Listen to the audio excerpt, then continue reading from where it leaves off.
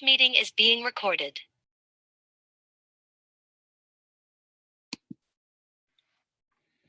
Every time I see the color of 7 chakra, there are the colors of red, yellow, orange, and purple. Do you think every chakra has color like that, or just easy to describe or to understand? Zuko, I don't understand what you're saying. Yeah, every time I see the color of 7 chakra picture, I see 7 different color of presenting chakras. So do you think every chakra has color like this, or easy to describe? No, the chakras absolutely emanate color, they emanate energy, auras. Yes. That means color presenting like red or orange or Yeah. very meaningful. Yes. I Yes. see. Yeah, I kind of know that, but this one I wonder. Yeah, when chakras open, they emanate color, auras, energy, light, power comes from the center of the chakras. All of that, yes. It's beautiful. You see that certainly in books on Kundalini Tantra, they have chakra men and they have all those chakras and they have different colors. And yes, they do radiate that type of thing. Beautiful. I can't wait to see someday. Oh. Wow. Don't worry about it. When it comes, it comes. No, I'm not worried, but just curious. Thank you. You're welcome. Does anyone else have a question?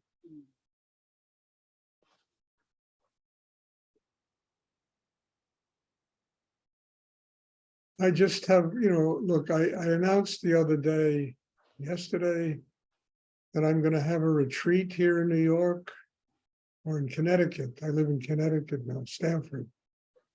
And, there are 10 people that have already signed up. And the limit that I can have in my apartment is 8 people. So I'm out looking now for a place to do it. I think it should be very possible to find a place I can rent that will enable us to do a retreat. But if you'd like to come, I'd like to know if people are really interested and they want to come, let me know. Don't wax and waver, just let me know. Yeah, I'm interested in coming. And this way, when I talk to people, I know how to actually tell them how many people want to attend. As I announced before, I'm not interested in people being vaccinated or anything like that. I don't have those rules anymore. If people attend the retreat, I just ask, every day while you're here, just have yourself tested. You can get the tests at the pharmacies and you can have yourself tested. I have tests here, I have myself tested. That's all I ask. I don't want to get involved with people's opinions about vaccinating. Just test yourself if you want to come, and everybody should do that, just as respect for everybody else. Does anyone else have a question?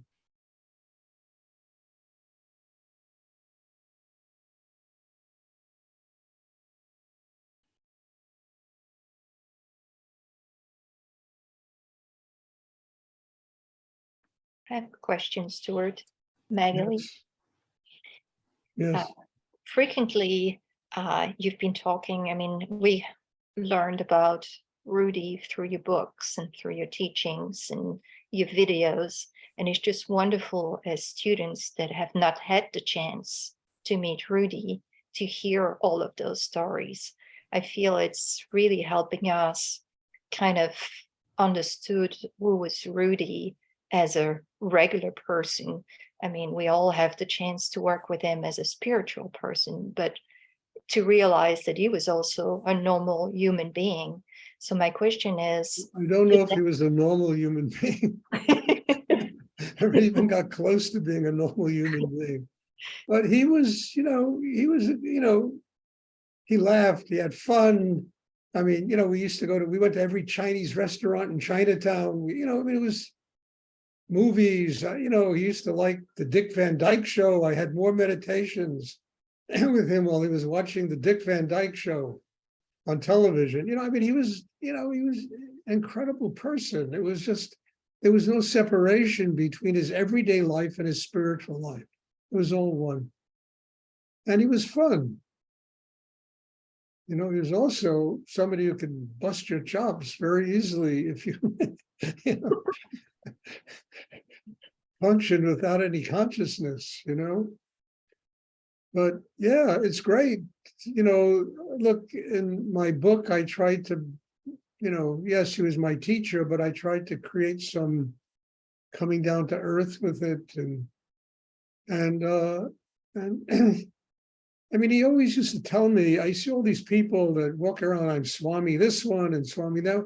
And I heard from Rudy 50 times that he was embarrassed to call himself Swami Rujananda. He really was. I never saw Rudy wear a robe in his gallery, I mean, his spiritual wardrobe was a t-shirt and a pair of, khaki trousers, and a pair of sandals. And I never saw him do that. He once told me, he said, Stuart, it's something for India. It's not for this country. And then after he passed on, all these people became swamis and all this stuff. I never got it. I used to look at myself and say, Stuart, you were born in the Bronx, in the tenements of the Bronx. You're not an Indian, and God knows I've spent more time in India than just about anybody I know. I have been in India about 40 times, meeting with Rinpoches and gurus and, swamis and this one and that one. All I wanted was the energy, the Shakti, to take deep in myself from all of these people that I met, so that I could go back into my life and live my life as God wants me to live it.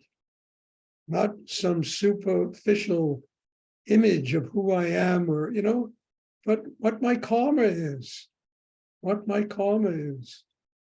and to live that way without having to superimpose anything on it. And that's how Rudy lived. I mean, I used to sit there in his gallery and he'd be fighting with his mother. I used to get more Shakti when he fought with his mother. You wouldn't believe it. I mean, there was so much energy. I would sit there and take it in. So I'm not here to judge. I'm here to get the teachings of the Shakti of my teacher, however it comes. I used to listen to a complaint about this one and that one, and Rudy liked to complain, and I would, at first I got like, and then I said, no, Stuart, he's just giving you energy, and he has saved your life. And if he has a little excess tension, how can you not sit there and help him work through it? I wasn't there to judge, I was there to grow. And he taught me all of this because I saw what he did with Muktananda. And that to me was the most extraordinary thing I'd ever seen. The way he worked with Muktananda. What Muktananda put him through and what he was willing to surrender in order to get his connection with God. It was the most extraordinary thing I'd ever seen. And it was a teaching that went beyond teaching. It was a teaching that really made me plummet the depths of my being. And hopefully I can do that for all of you, without walking around being holier than thou. Rudy was never holier than thou. He was just real. He was just living in the moment. He was an extraordinary being, And if he didn't eat every dish on a menu in a good Chinese restaurant, we used to go back again and again. I remember when he discovered Szechuan food. Oh my God, it was something. It was fun. I remember he was on a fast, Rudy. Never forget this as long as I lived. And we were driving up to Big Indian and the car broke down. And we pulled into a parking space in front of a pizza joint. And Rudy got up and he said, it must be God's will. And he went into the pizza place and broke his fast with a slice of pizza. Yeah. I mean, it was human. It was fun. It was, it was not so structured and, and I loved it. I really loved it. It wasn't easy. It wasn't easy. I mean, he always had his eye on me and he was always busting my chops. If I'd ever do anything unconscious, boo, would I get it. But I needed it.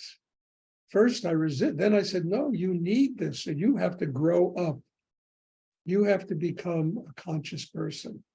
You have to lose all this fear inside yourself about having a spiritual life, and even more importantly, about having a life, living your life to the fullest that you can possibly live it.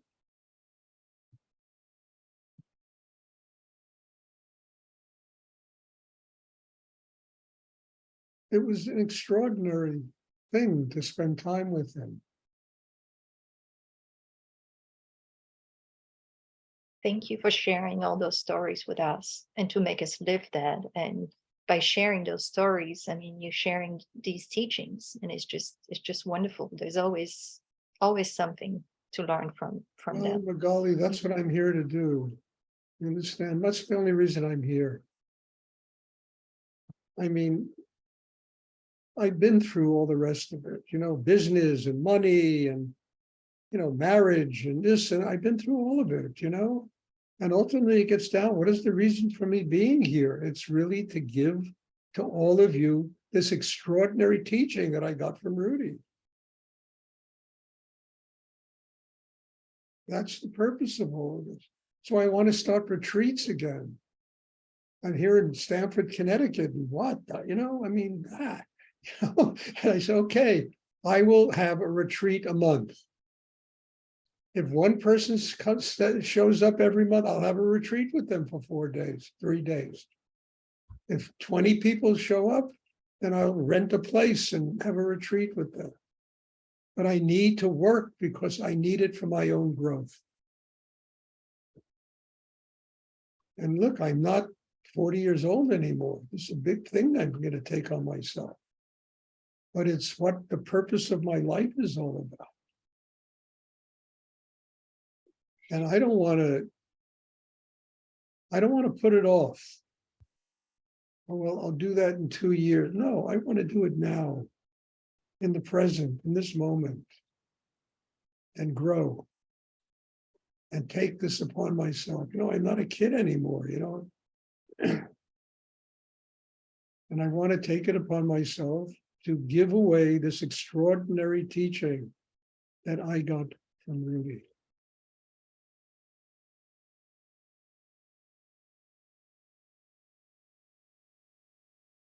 I'll never forget one of the first times I sat with him in his gallery. It was lunchtime, and he asked me to go out around. I used to be a vegetarian, health food, Stuart, let's have some lunch. Go around the street and get a couple of, I don't know what, sloppy Joe sandwiches, full of meatballs and pork and this. Right. I sat with my teacher and ate a sloppy Joe sandwich. Without judging. He taught me how to stop judging what a teacher is supposed to be.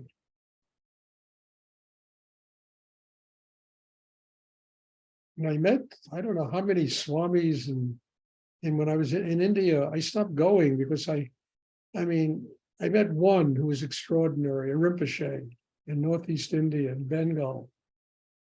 But mostly I would sit with these people and,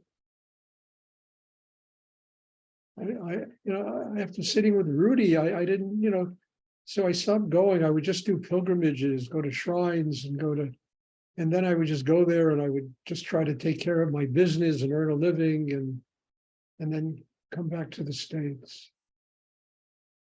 But I did meet, some too, I would say, that were very powerful.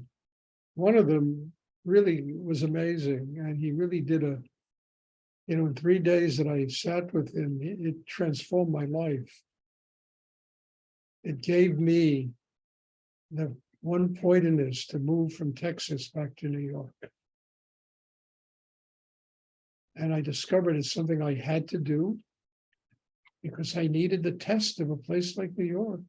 I had done whatever I could do in Denton, Texas, and I needed to go back to where I could truly have the test. I didn't want to be a big fish in a small pond. I wanted to swim in the ocean. And New York was 8 million strong. It was like an ocean of energy. And I knew I needed to live through that. But that was the way Rudy taught me, by that building, it was always stuff like that. Do the impossible.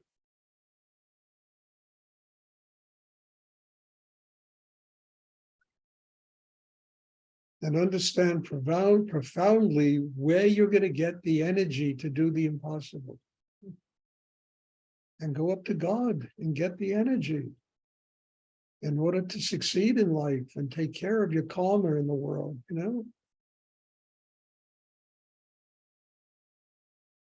I learned this all from Rudy. I didn't know. I mean, up until meeting Rudy, I just was avoiding, the idea of money was horrible to me. I remember I walked into I needed a job, and I went to some big corporation in Manhattan, and I stepped in the building. I took a breath and I almost threw up.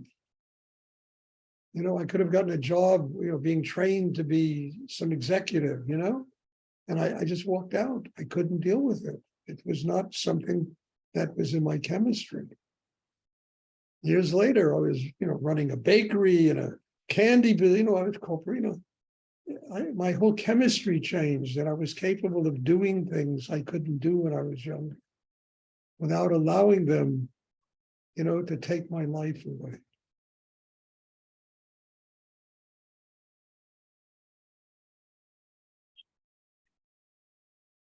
All of that came from Rudy. And one of the greatest things I learned from him is I used to spend, when Muktananda was in America, I would spend about anywhere between 12 and 18 hours a day with Rudy. I'll go back to the sleep. And, and the way he was treated and what he had to go through in order to get his spiritual life, I never saw anything like it. And I said to him, Rudy, why do you do this? I asked him this question. He said, Stuart, he's the only person I've ever met in my life who can break me down. That's why I do it. I know I need to be broken. And his presence, the way he treats me and what he does, it forces me to go to God. I mean, what an education.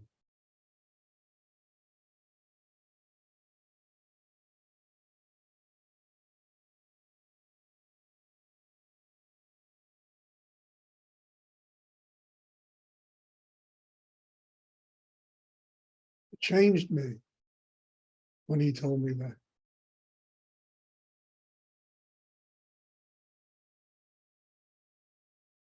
Because I began to see the world differently. I began to see how I could use life, my teachers, whatever, to break me down. Because I needed to be broken down. I needed to grow. I needed to change inside myself. I needed to be around someone who could do that for me. And then I needed to have a life that could do that for me when Rudy was gone. Because I never met anyone else who could do that for me. So I let life do it for me. Running ashrams, right? Well, the things I did, it was all to get myself broken down in a total state of surrender to God.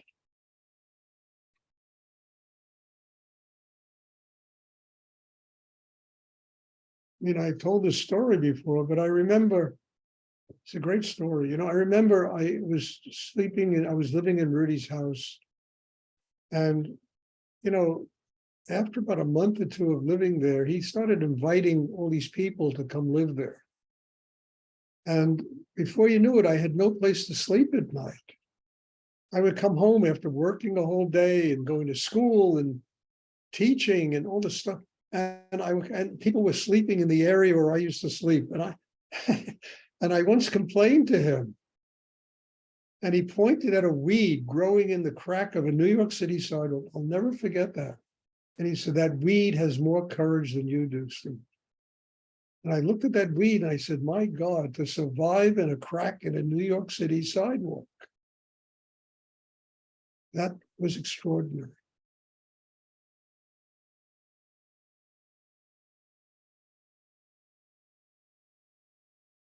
What's to complain about?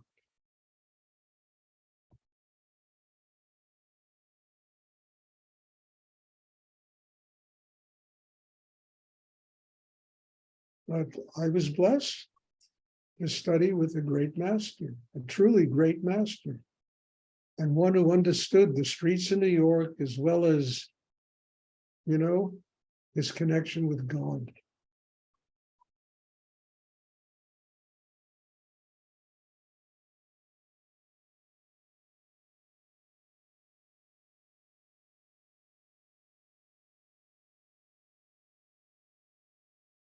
So I hope, you know, I want to do these retreats. It's not going to be easy for me to do them. I hope people find time to come. As I say, if one person shows up in March, I will do a retreat with them. You know, if 20, 30 people show up, I will find how to do one here with them, you know? So, you know, I mean, the first one will be in February in a celebration of Rudy's Samadhi. And if you'd like to come, you know, you can get in touch with Jennifer. She will give you all the logistics about doing this. And God bless you all. Does anyone else have a question?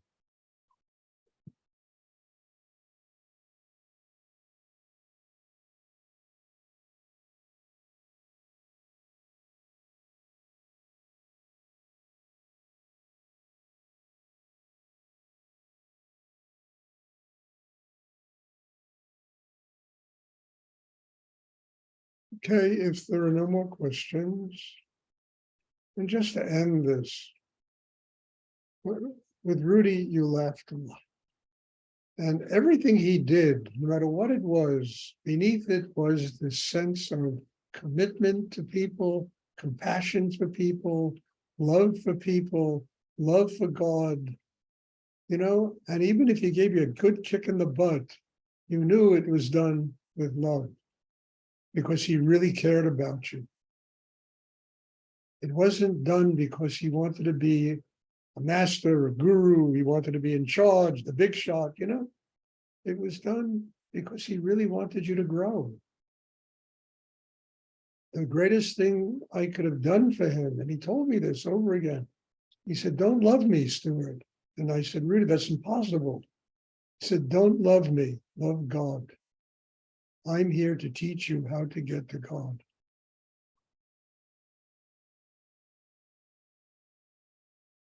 And boy, did that help me get over some emotional stuff, I'll tell you. Does anyone else have a question they would like to ask? Okay, thank you. Bless you all. There'll be meditation tomorrow evening. And hopefully I'll see you all then. Thank you. Bless you. Thank you, Stuart. Thank you, Stuart. Thank you, Stuart. Stuart.